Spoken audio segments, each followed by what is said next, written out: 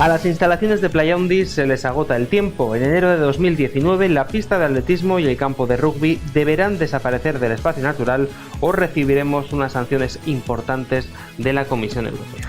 Arratsaldeon, buenas tardes. Hoy nos acompaña Xavier Gárate, miembro de Bidasoa Aldeko Lagunak. Xavier, buenas tardes.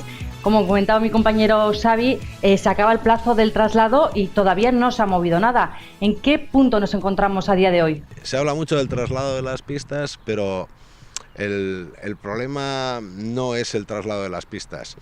El documento de gestión del espacio Red Natura 2000 establece que para 2019 el espacio que ahora ocupan las pistas de Playa Undi tiene que estar restaurado a ecosistema de estuario.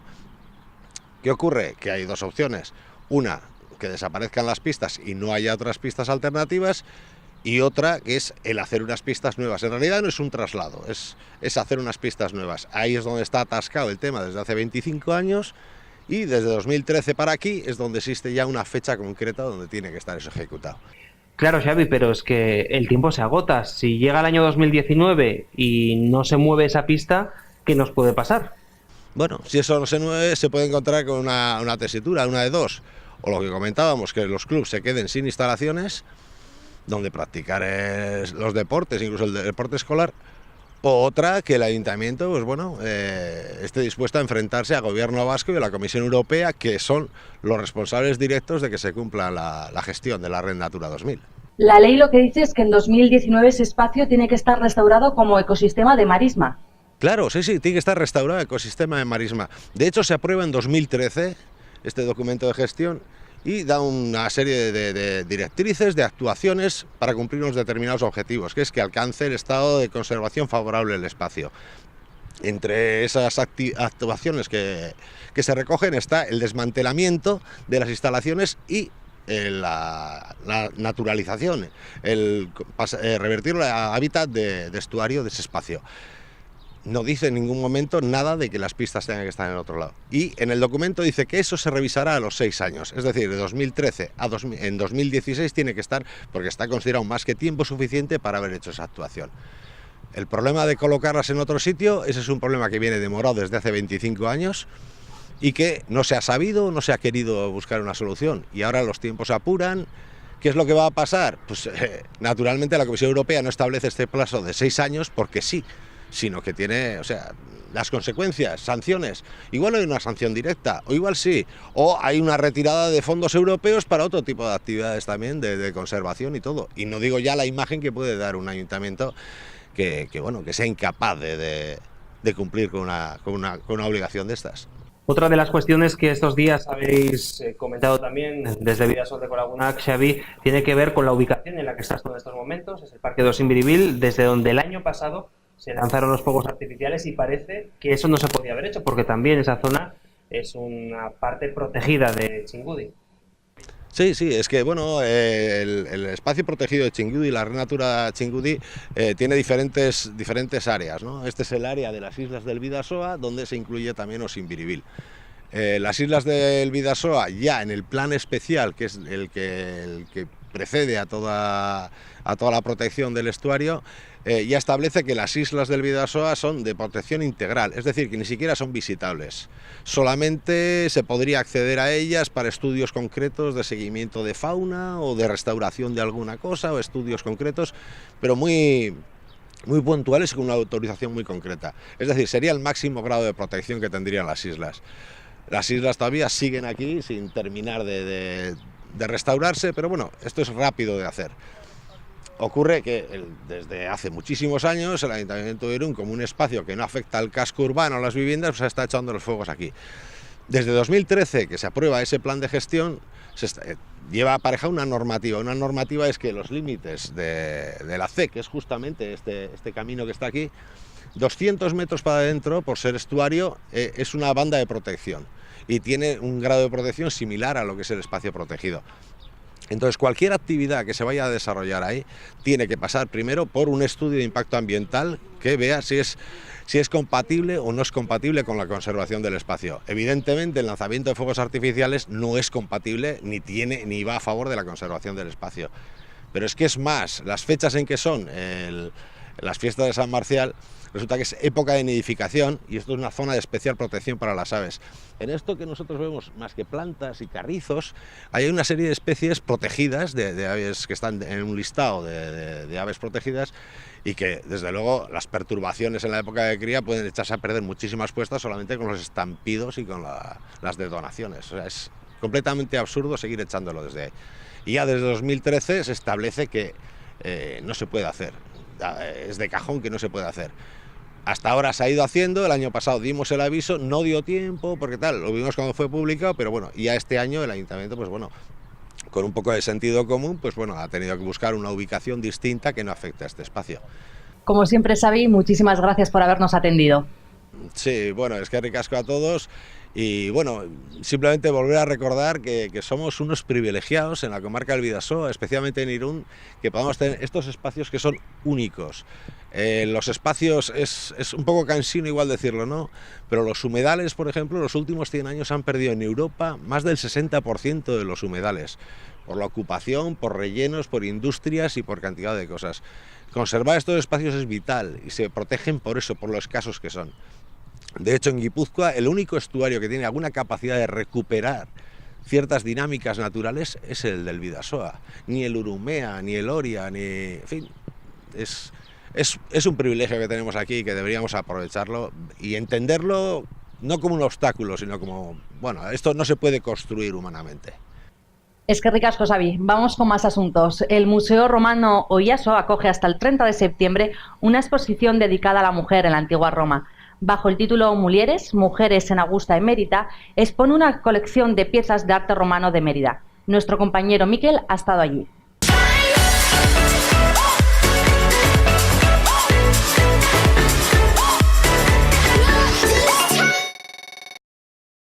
¿Qué es lo que podemos encontrar esta vez en la exposición del Museo Romano Oyaso de Irún? Una colección de piezas arqueológicas originales inigualables. Pasa un poco con lo mismo que pasó con la exposición Historias de Tocador o la de Sexo en época romana, que es que gracias a la colaboración de museos muy importantes, en este caso nada más y nada menos que el Museo Nacional de Arte Romano de Mérida, se ha establecido una colaboración que ha permitido el viaje de estas piezas magníficas que están en la primera línea de las colecciones arqueológicas de cualquier museo. En cualquier caso, no son piezas escogidas aleatoriamente, sino que gracias a estas muestras de estelas funerarias, de esculturas de personajes femeninos o de objetos más relacionados con la vida cotidiana, se construye un discurso que permite analizar el papel de las mujeres en la antigua Roma. Mujeres que tenían bastantes complicaciones para poder acceder a ciertos ámbitos de los espacios públicos, del poder político o económico, pero que además han estado invisibilizadas por la historia, ¿no? De tal forma que a través de estas piezas vamos a conocer cuál era su rol en la antigua Roma, qué papel social, político, económico podían jugar y al mismo tiempo vamos a reivindicar un poco la presencia de esas mujeres que tan ocultas han estado. Detrás de nosotros tenemos dos piezas. ¿Nos podéis decir qué es lo que son? Se trata de dos esculturas femeninas, representan a dos mujeres. Una de ellas es infantil, entre otras cosas por la escala, por su pequeño tamaño, pero también por la iconografía, por el tipo de vestimenta que lleva, mientras que la otra es una mujer adulta, es decir, una matrona.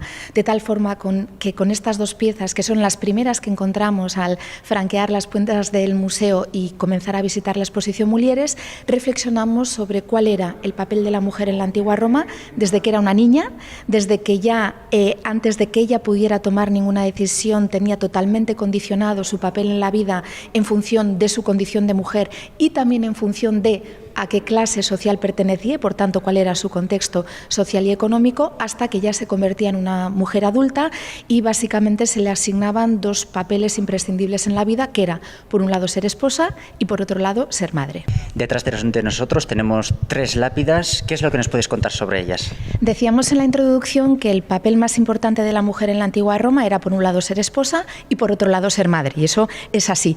Pero también, excepcionalmente, la mujer podía acceder al ámbito económico, tener profesiones que habitualmente estaban asociadas a los hombres e incluso tener propiedades y ser dueñas de negocios. Me estoy acordando, por ejemplo, de Eumaquia, que es un personaje importantísimo de Pompeya, que fue una mujer que incluso financió un edificio en el Foro de Pompeya, que era el lugar más importante de la ciudad. Y en el caso de Mérida Augusta, de la ciudad de Mérida, también contamos con algunos ejemplos. En esta estela funeraria, a través del texto, a través del epígrafe, podemos saber que se trataba de una mujer que trabajaba en una compañía teatral, que era mima, con lo cual, así por ejemplo, como en el teatro griego sabemos que las mujeres no podían actuar, esta lápida nos demuestra que en el mundo romano las mujeres también podrían ser actrices de una manera profesional. Esta también, en esta línea de lo que te voy comentando, es espectacular porque nos muestra a una mujer que era tabernera.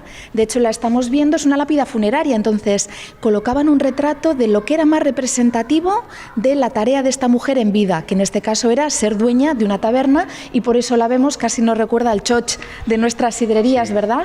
Este magnífico barril colocado en andas, y aquí aparece la difunta, la protagonista de esta estela, que está sirviendo el vino, en principio lógicamente sería vino, en esa jarra, ¿no? Entonces, su importancia económica como propietaria de un termopolium o de un bar de la época. Y finalmente, también en esta línea tenemos un trabajo bastante más prosaico o mundano que los dos que hemos visto ahora. Se trataría de algo así como, esto no es una estela funeraria, podríamos decir que es más bien un cartel publicitario de una prostituta.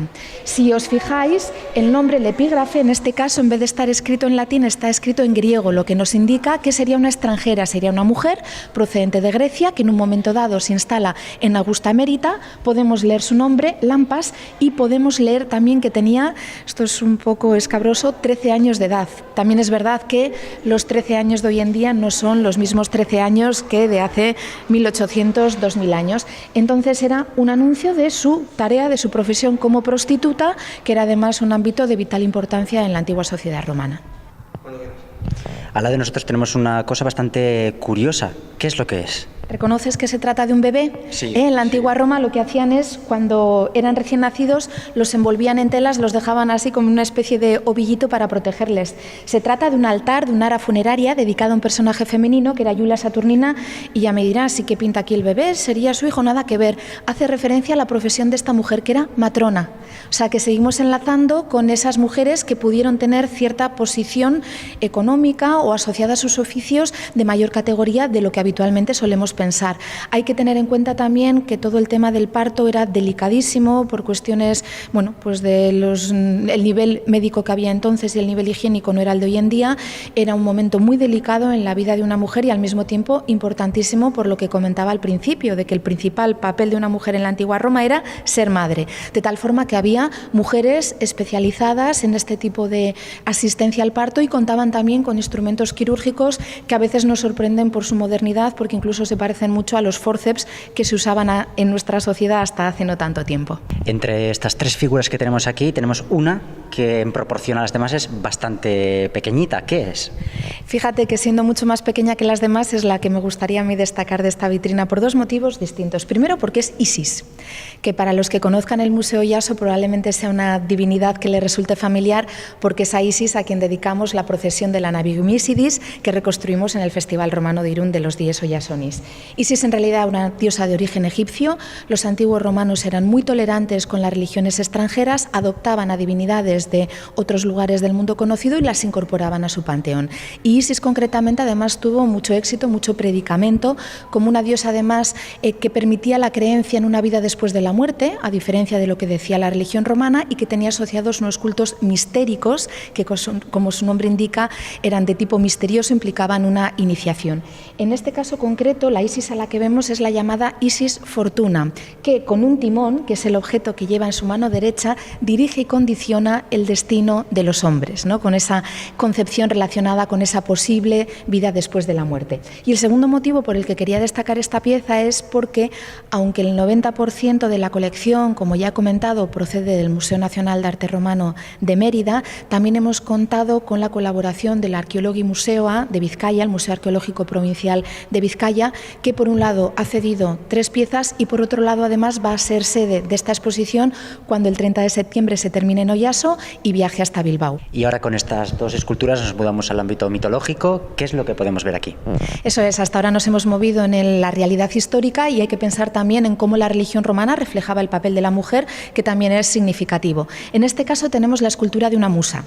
Las musas, que eran 9 en total, eran compañeras del dios Apolo. Apolo era el dios de la belleza, pero también de las artes, y se consideraba que eran las inspiradoras de los artistas. Bueno, de los artistas y de los científicos, porque todo lo que tenía que ver con el mundo intelectual y la creación en la antigua Grecia y en la antigua Roma se entendía como una unidad, ¿no? De tal forma que, por ejemplo, había lo mismo una musa de la astronomía, que era Urania, como una musa de la historia, que era Clio. En este caso, por cómo está colocada, a pesar de que no vemos los instrumentos asociados porque a la pobrecilla le faltan los brazos, creemos que era Terpsícore, que era la musa de la música, bueno, aunque luego también dividían la creación literaria y la música en distintas disciplinas. Entonces, bueno, pues bonita imagen o bonito recuerdo, ¿no? El pensar que según la mitología antigua eran mujeres las que se asociaban con la creación artística y las que entendemos como inspiradoras de los artistas. Y luego, en contraposición con las musas, que como os decía estaban asociadas a Apolo, que además del dios de la belleza era también el dios del orden, de la estabilidad, bueno, tenía esas connotaciones, nos encontramos con este otro personaje, también vinculado con la mitología, que se va al extremo opuesto. ¿Qué tenemos aquí? Una Ménade. Las Ménades eran las compañeras femeninas de Dioniso, si hablamos en términos griegos, o en este caso que estamos ante una pieza romana, del dios Baco, el dios del vino, el dios del desenfreno, exactamente lo opuesto a lo que representaba Apolo y que además, según la mitología, había sido el inventor del teatro, un elemento importantísimo en la cultura clásica. Las Ménades solían formar parte del cortejo dionisíaco o del cortejo báquico, acudían a los bosques, se emborrachaban, tenían prácticas sexuales desenfrenadas y eran un poco ese símbolo que también mostraba cierto equilibrio, ¿no?, entre el orden de Apolo y el desorden o el desenfreno de Baco, y que en este caso aparece representada, fijaros también la vestimenta, qué diferente respecto a la matrona romana con la que empezábamos, ¿no?, que estaba totalmente cubierta y protegida. Aquí vemos que en la vestimenta de esta Ménade, con esta caída de pliegues que es preciosa, espectacular, deja un pecho al aire, con lo cual eso ya nos da la primera pista de que no se puede tratar de una mujer real romana, y además lleva aquí un elemento que se conoce con el nombre de tirso, una especie de bastón con el que habitualmente la reconocemos. Y para acabar la visita, todo el mundo que quiera venir a verla, ¿hasta cuándo tiene la posibilidad de hacerlo? Hasta el 30 de septiembre, además con el horario de verano del museo, que es ampliado, de martes a sábado de 10 a 8 ininterrumpidamente y domingos de 10 a 2. Recuerdo que el martes la entrada es gratuita y que todos los sábados ofrecemos visitas guiadas, a las 12 en castellano y a la 1 en euskera. Y ya para terminar, además tenemos una app que funciona con un sistema de geolocalización, de descarga gratuita por supuesto, de tal forma que el visitante autónomo puede instalársela y según va recorriendo la exposición le va saltando automáticamente contenidos extras, tanto de texto como de imagen, que le van a ayudar a tener una visita mucho más completa. Muchas gracias. A vosotros. Continuamos hablando de sexo porque mañana el Gazteleku Martín Docenea acoge, como cada último jueves de cada mes, la iniciativa Asexórate, una iniciativa en la que los jóvenes irundarras pueden recibir asesoramiento sexual por parte de la sexóloga Raquel Calvo. Hoy la tenemos con nosotros, está al teléfono. Raquel, ¿qué tal? Arratsaldeon, buenas tardes. Kaixo, buenas tardes. No cuenta con el asesoramiento que se va a hacer en Irún, bueno, que se ha continuado haciendo, vaya, porque ya venía el proyecto desde hace un tiempo, sí. Es un asesoramiento sexual dirigido a los jóvenes. ¿Cómo funciona? La gente que se acerca a este asesoramiento, ¿qué es lo que tiene que hacer? Nada, Asexórate funciona de varias formas. También puedes hacerlo a través de la web, puedes hacerlo a través de teléfono, de WhatsApp, o sea, puede ser algo confidencial sin tener que tener contacto con la sexóloga, en este caso conmigo. Y si no tienes la opción de los últimos jueves de cada mes, pues estoy en el Gazteleku para poder atender a los jóvenes y las jóvenes que puedan acudir. Y luego también tienes la opción de coger una cita previa, por ejemplo, que si tienes una duda ya asegurada, pues y quieres verme, pues simplemente coges cita, llamas por teléfono y coges una cita. Vemos que tenéis distintos medios para poder hacer esas consultas. Y, Raquel, yo tengo una pregunta. ¿Qué es lo que suelen preguntar los jóvenes? Creo que habrá más de un joven que irá con la misma pregunta, con esas incertidumbres, ¿no?, que puedan tener. Sí, Sí, hay preguntas habituales, pues por ejemplo la primera vez, ¿no? Si hay molestias o si puede doler la primera vez. En torno a los anticonceptivos también suelen haber muchas dudas, las infecciones de transmisión sexual, por ejemplo, y también cada vez hay más dudas acerca de los diferentes tipos de sexualidades, ¿no? Comienzan a preguntarse también pues otro tipo de cuestiones que igual pues yo en mi época no me las llegaba a preguntar, ¿no? No era tan visible como ahora y yo por lo tanto me alegro mucho. Pero este tipo de cuestiones suelen ser habitualmente, sí. Tal y como decías, en muy poquitos años ha cambiado mucho en la sociedad en lo que al sexo se refiere. Me gustaría saber si aún así, pese a este cambio, todavía los jóvenes a ciertas edades pues tienen vergüenza cuando se acercan a una sexóloga a la hora de preguntar, o son directos. Suelen tener vergüenza, sí. A Eso pesar de que no cambia. A pesar de que se habla mucho en la calle y demás, parece que hay como mucha información, ¿no? La información que se da pues a veces no es del todo educativa, ¿no? Entonces lo que pueden llegar a ver pues pueden hablar entre ellos pues a lo mejor imágenes pues para mayores de 18 años, ¿no? Y por lo tanto pues sí que ha cambiado porque se habla más en la calle, pero igual sí en el tono de la vergüenza sigue estando ese factor dentro de hacer preguntas a un profesional, ¿no? Algo más serio, algo más... Sí, suele estar el factor vergüenza, sí. Este programa además cuenta con unos talleres, que el próximo lo tenéis programado para el 14 de junio. ¿Qué es lo que hacéis en estos talleres? Pues nada, son talleres dinámicos, divertidos, que aprendemos a través de divertirnos y bueno, lo que es pues conocer un poco la sexualidad y quitar un poco las vergüenzas, también hablar sobre sexualidad y a través del juego pues aprender diferentes conceptos, sensaciones y demás, sí. Suelen ser cosas muy dinámicas, para que ellos y ellas pues también entren un poco dentro del aprendizaje, entren dentro del juego, sí. Raquel, antes de terminar, tú que llevas ya años trabajando en la sexología, ¿Internet hasta qué punto influye en estos jóvenes que ahora empiezan a vivir su sexualidad de una manera más abierta que antes? Pero al tener tanta información, no sé si esto les perjudica o les beneficia. Pues si esa información no se contrasta de una manera profesional, puede ser que les perjudique. Claro, si nosotros vemos imágenes, por ejemplo, yo suelo poner siempre el mismo ejemplo, ¿no? Si, por ejemplo, series como La que se avecina, la vemos sin una crítica y sin una mente abierta, o sea, criticando sobre todo porque es una crítica a la sociedad, ¿no? Entonces, si no vemos ese tipo de series como algo así, llegan luego preguntas al asesoramiento, pues como, oye, el view falla, no, es que en La que se avecina he visto... Entonces, sí que es cierto que hay que tener un poco de... O sea, la televisión influye, los medios de comunicación influyen, lo que ven en Internet influye y sobre todo si no tienen el contraste de un profesional o de alguien al lado que sepa un poco guiarles, ¿no? Sobre todo que se construyan mentes críticas, eso es una de mis finalidades, perdón. Raquel, ahora que mencionabas un programa de televisión, porque obviamente aparte de Internet, pues la gente se fija un poquito, ¿no? en eso que ve. Ha habido una saga de películas muy famosa, muy controvertida, creo que ya sabrás de cuál hablo sin decir el título. Ha habido jóvenes que han preguntado sobre ese tipo de sexualidad, el amo-ama. Hablamos de 50 sombras de Grey. Sí, Dios mío, sí, Dios mío.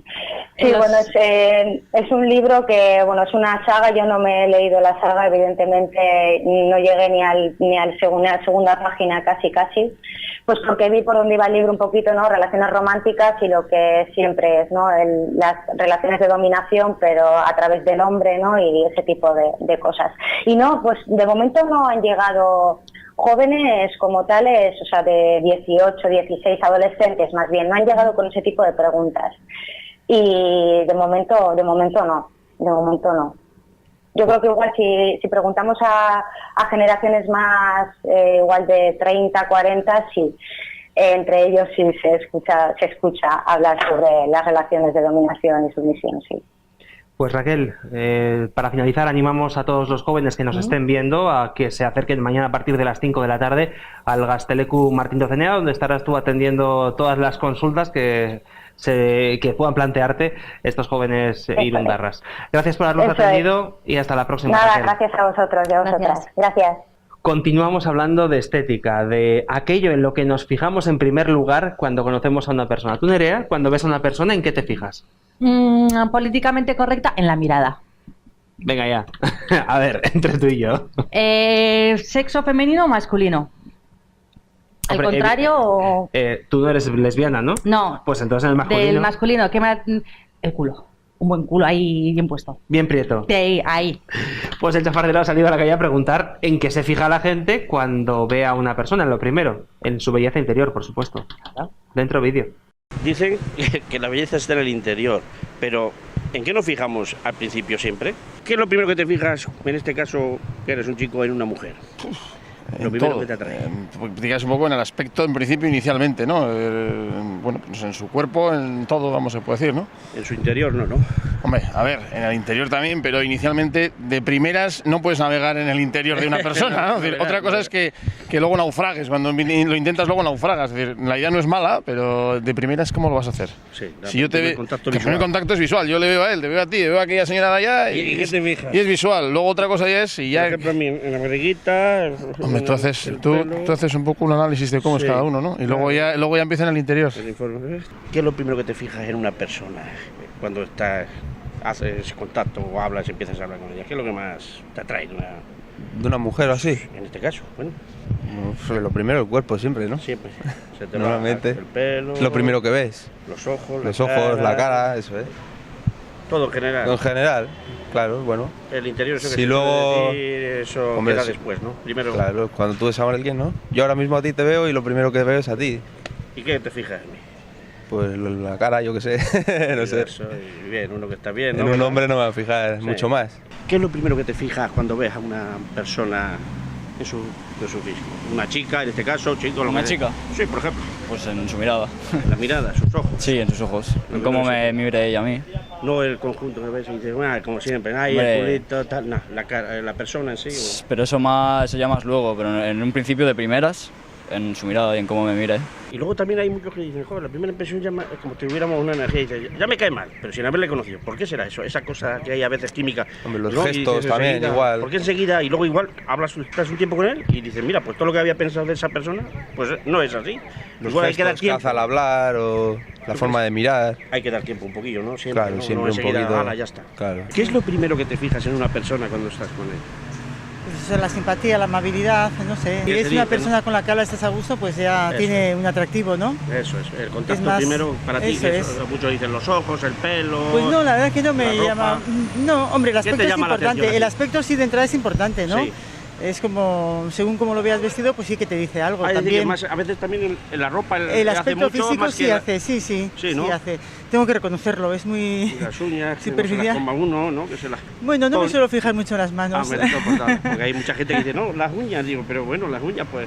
hay de todo, hay gente que dice, no, Claro. uno las uñas, otro la nariz, Sí. digo, joder, pues no sabemos cómo ir. No me suelo fijar, normalmente en la cara, los ojos, es lo La que sonrisa, más, la simpatía sonrisa, y eso es. ir por la vida Eso con es. optimismo y alegría, ¿verdad? Eso es lo que más me llama la atención, lo que más me agrada, por lo menos, por decirlo de alguna forma. Pues muchas gracias Sí, y eso adiós es. simpática. Igualmente. Pues lo dicho, que la belleza está en el interior. Vamos a cerrar hoy este último programa de la temporada. A partir de la semana que viene ya sabéis que empieza la programación especial de fiestas de Irún. Nerea, te agradezco muchísimo que hayas venido a este último programa del NPI. Gracias a vosotros por invitarme y espero venir más a menudo. Bueno, a partir del mes de julio intentaré que esté aquí todos los días, pero lo tengo complicado, yo lo intento. Vamos a cerrar hoy NPI con estas imágenes, son imágenes de la exposición que ha organizado la Asociación Pagoki en el Centro Comercial Mendíbil de Irún, una exposición en la que se recogen una serie de fotografías que son, como veis, del acto de las antorcheras, el acto que tiene lugar el día 29 de junio, el día previo al alarde de San Marcial en el centro de Irún. Un acto que cumple este año su 20º aniversario y al que se le ha querido homenajear con esta exposición. Con ellas cerramos hoy NPI, volvemos en el mes de julio. Agur, ¿dónde están? Agur. Nuestros 20 años de antorcheras son fotografías desde los inicios y bueno, todo el recorrido hasta el día de hoy, vamos. Podemos encontrar fotografías de Eduardo Majano, de David Barón y de Joel Iglesias. Son fotos cedidas y bueno, además tenemos otra pequeña selección de fotografías en los escaparates de distintos comercios de Irún, en pantallas de televisión para que el público de la calle pueda acceder mejor a ellas. Como bien ha comentado Rosa, bueno, tenemos 2 tipos de exposiciones que van a ser durante esta semana, desde el pasado lunes hasta el próximo sábado día 2. Y aparte de esas 2 exposiciones, pues bueno, luego el día grande, vamos a decir, pues será el sábado en el Monte San Marcial, con unas actividades durante toda la tarde dirigida a todos los niños especialmente, y luego a las 9:30 de la noche habrá el acto de antorcheras que se realizará en el Monte San Marcial. Bueno, será como el colofón a toda esta semana de actos para conmemorar un poco el 20 aniversario. Pues tenemos la página web que es antorcheras.com.